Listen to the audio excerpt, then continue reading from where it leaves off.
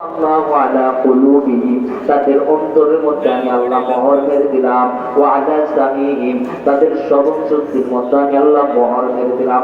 ওই কান দিয়ে শুনবে, ওই কান দিয়ে বাহির করে ফেলবে। নবী কিয়ামত পর্যন্ত যদি তাদেরকে দিনের দাওয়াত দাও, তারা দিনের দাওয়াত কখনো গ্রহণ করবে না। আর ওই অন্ধ সাহাবী আমি আল্লাহর প্রতি মানুষ, এই কারণে আমি আল্লাহর কাছে অনেক দামি। অনবী আর ভবিষ্যতে এই কাজ করা যাইবে না। চিন্তা করেন, আল্লাহর নবী অন্ত সাহাবীর থেকে মুখটা ফিরে দিয়েছে, এই কারণে আল্লাহ রাগান্বিত হইয়া নবীকে দামন দিল। ও মিয়া, কি আর আমি চেয়ারম্যান আর নেতার বেটা, আমি যদি গরিবের তাচ্ছিলতা করি, নবীকে যদি আমরা দামন দিয়ে কথা বলতে পারে, আর আমি আর আপনি কেটা যে নবীর চাইতে বেশি দামি বলে? আমি আর আপনি যদি গরিবকে তাচ্ছিলতা করি, আল্লাহ কি আমাদেরকে ক্ষমা করবে? খেয়াল করে বলেন, নবীকে যদি আল্লাহ দামুকে আয়াত নাযিল করে দিতে পারে, আর আমি আর আপনার বলা তো আয়াত না ডাইরেক্ট তার পারবো, ঠিক কিনা? আরো জোরে বলেন। এই জন্য মানুষের প্রতি জুলুম করা যাবে? মানুষকে দয়া দেখানো লাগবে কি লাগবে না? লাগবে নি? এখন আমরা চারটা কথা শুনলাম, চারটায় যারা আমল করলো তারা কোথায় গেল? জান্নাত। আর যারা আমল করলো তারা কোথায় গেল? এখন আমি আরেকটা ঘটনা বলি, যেহেতু ঘটনার প্রেক্ষিতে আরেকটা ঘটনা আসবে। যে ঘটনাটা, আমরা কি আমলের জোরে জান্নাতে যেতে পারবো? সকলে বলেন, সকলে বলেন, আমলের জোরে জান্নাতে যেতে পারবো? হ্যাঁ, আমলের জোরে। এক আল্লাহর বান্দা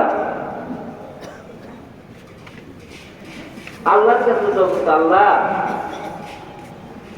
এমন একটি সুযোগ করে দাও না, যেখানে আল্লাহ শুধু তোমারে ডাকবো। আল্লাহ দুনিয়াতে যখন আমি নামাজ পড়ি, আল্লাহ এইখান দিয়ে মসজিদের মধ্যে, এইখান দিয়ে মুরব্বীর আওয়াজ, ওইখান দিয়ে বাচ্চার আওয়াজ, ওইখান দিয়ে কাশির আওয়াজ, আল্লাহ জির বেজাল ইবাদত করতে পারি না। আল্লাহ এমন একটি ব্যবস্থা করে দাও না, যেখানে আল্লাহ তোমাকে নির্বেজাল ইবাদত করবো। আল্লাহ তাআলা তার দোয়া কবুল করলো। আমার মতে বলে নাই, ওই বান্দা কান্নাকাটি করে বলছে। এক পর্যায়ে বান্দার যখন দোয়া কবুল করে নিল, আমার আল্লাহ এমন একটি ব্যবস্থা করে দিল, দ্বীপের মধ্যে, নদীর মধ্যে, দ্বীপের মধ্যে আমার আল্লাহ কুদরতি ভাবে একটা তার ঘর দিল। ঘরের ভিতরে আল্লাহ কুদরতি ভাবে একটা গাছ দিল, লবণযুক্ত পানি ছিল। আমার আল্লাহ কুদরতি ভাবে একটি গ্লাস করে পানি দিল। বান্দা একটি ফল খায়, আবার একটি গ্লাস পানি খায়, আবার আল্লাহর ইবাদত করে, আবার ইবাদত করে, আবার একটি গ্লাস পানি খায়, একটা ফল খায়, আবার আপনার ইবাদত করে। বান্দা এইভাবে ইবাদত করতে করতে 500 বছর ইবাদত করলো। কত বছর? আরো জোরে বল। আলোচনা চলবে না, জোরে বল। 500 বছর। খেয়াল রাখবেন, 500 বছর যখন বান্দা ইবাদত করে, তার ভিতরে একটা হ্যাডাম চলে আসে। হ্যাডাম বুঝেননি? হ্যাডাম বুঝেন? ওই বান্দাকে আল্লাহ বলেন, ও ফেরেশতারা শোনো, ওই বান্দাকে আমি আল্লাহর দয়ে জান্নাতে দিয়ে দাও। সুবহানাল্লাহ। মানে কে বলেন?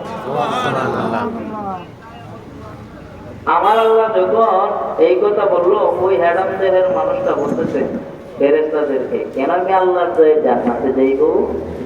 আমি তো 500 বছর ইবাদত করলাম, ইবাদতের জন্য আমি জান্নাতে যাইব, কেন আমি আল্লাহর দয়ে জান্নাতে যাইব? এই কথা শুনছেন কে? আল্লাহ। আল্লাহ শোনার পরও রাগ করে নাই, কারণ আমার আল্লাহ হলেন কি? দয়ালু। আল্লাহ হলেন কি? আল্লাহ হলেন রহমান, আমার আল্লাহ হলেন রহিম। এই কারণে আমার আল্লাহ রাগান্বিত হন নাই।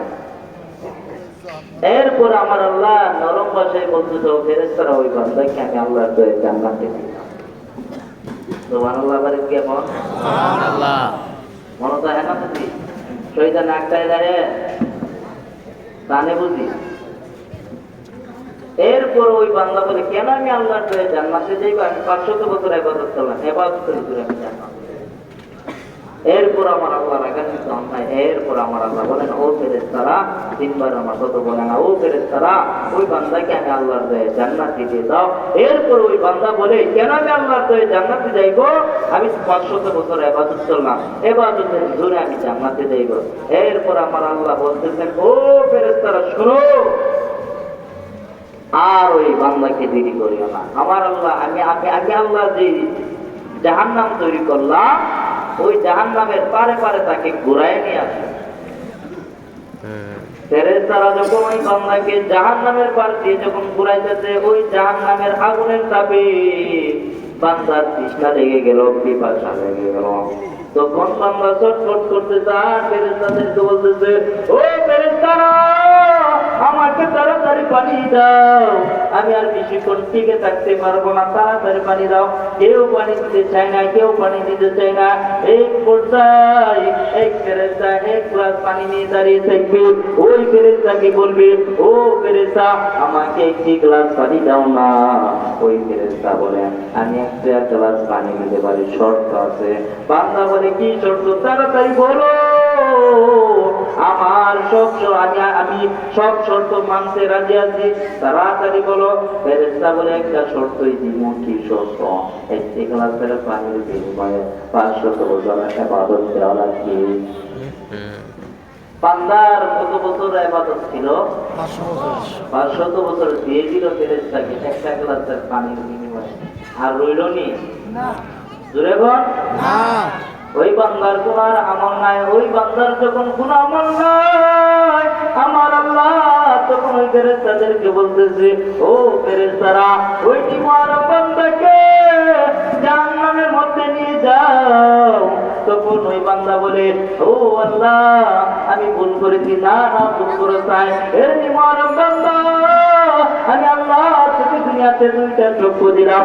ওই আমি তো কোনোদিন বলি নাই 2টা চক্ষুর বিনিময়ে আমি আল্লাহকে 100 বছর ইবাদত দেই। আমি আল্লাহ তোকে 2টা পা দিলাম। আমি আল্লাহ তোকে সুন্দর একটা শরীর দিলাম, সুন্দর 2টা চক্ষু দিলাম, সব কিছু দিলাম। এই মহারাম বান্দা, আমি আল্লাহ তোকে কুদরতি ভাবে একটা দ্বীপের মধ্যে লবণযুক্ত পানি ছিল, আমি আল্লাহ লবণযুক্ত পানিটাকে মুক্ত করিয়া এমন একটি পানি দিচ্ছি, যে পানিটা আমি আল্লাহ তোকে কুদরতি ভাবে এক এক করে গ্লাসের পানি দিলাম। ওই আমি তো কোনোদিন বলি নাই, ওই গ্লাসের পানির বিনিময়ে আমি আল্লাহকে 100 বছর ইবাদত দেই। আমি আল্লাহ তোকে ওই দ্বীপের মধ্যে কুদরতি ভাবে ফল দিলাম। ওই আমি কোনোদিন তো বলি নাই, ওই ফলের বিনিময়ে আমি আল্লাহকে আরো 100 বছর ইবাদত দেই। এই মারাম বান্দা, আজকে তুই ওই একটি গ্লাস পানি খাইলে ওই ফেরেশতা থেকে 500 বছর ইবাদত দিয়ে দিবি, আর তো তোর কোনো আমল নাই। এখন বল, তুই তোর কোন বাবা তোকে জান্নাতে দিবে? বল, তোর কোন বাবা তোকে জান্নাতে দিবে? তখন ওই বান্দা আল্লাহর কুদরতের মধ্যে পড়িয়া আল্লাহকে বলতেছে, আল্লাহ, ও আরশের মালিক আল্লাহ, ও জমিনের মালিক আল্লাহ। আল্লাহর কুদরত বয়সে পড়িয়া আল্লাহর কাছে বলতেছে, আল্লাহ, আমি 500 বছর কেন, আমি যদি কোটি কোটি বছর যদি ইবাদত করি, এরপরে আল্লাহ আপনার দয়া ছাড়া আমি কখনো জান্নাতে যেতে পারবো না। আল্লাহর দয়া লাগবে কি লাগবে না? বলে 500 বছর কেন, 500 বার যদি হজ করে আসি মানুষকে দেখানোর জন্য, আর আগারাতে গিয়ে যদি বলে আল্লাহ, যদি বলে, গিরি তুই যে একটা হজ করস না, আমি আল্লাহর জন্য, মানুষকে দেখাইবার জন্য, মানুষ যেন তোকে হাসি সব বলে, এই কারণে তুই হজ ফিরাইছ, জানি মহারাম বান্দা, তোর আমল কোনো কাজে আসবে না। তখন আফসোস লাগবে নি? লাগবে কি লাগবে না? আমরা এমন আফসোসের কাজ করব। আল্লাহ তাআলা যেগুলো কথা বললাম, সবগুলো কথার উপর আল্লাহ তাআলা আমাকে এবং আপনাদেরকে বোঝার এবং মানার তৌফিক দান করুন। সকল বলেন আমিন।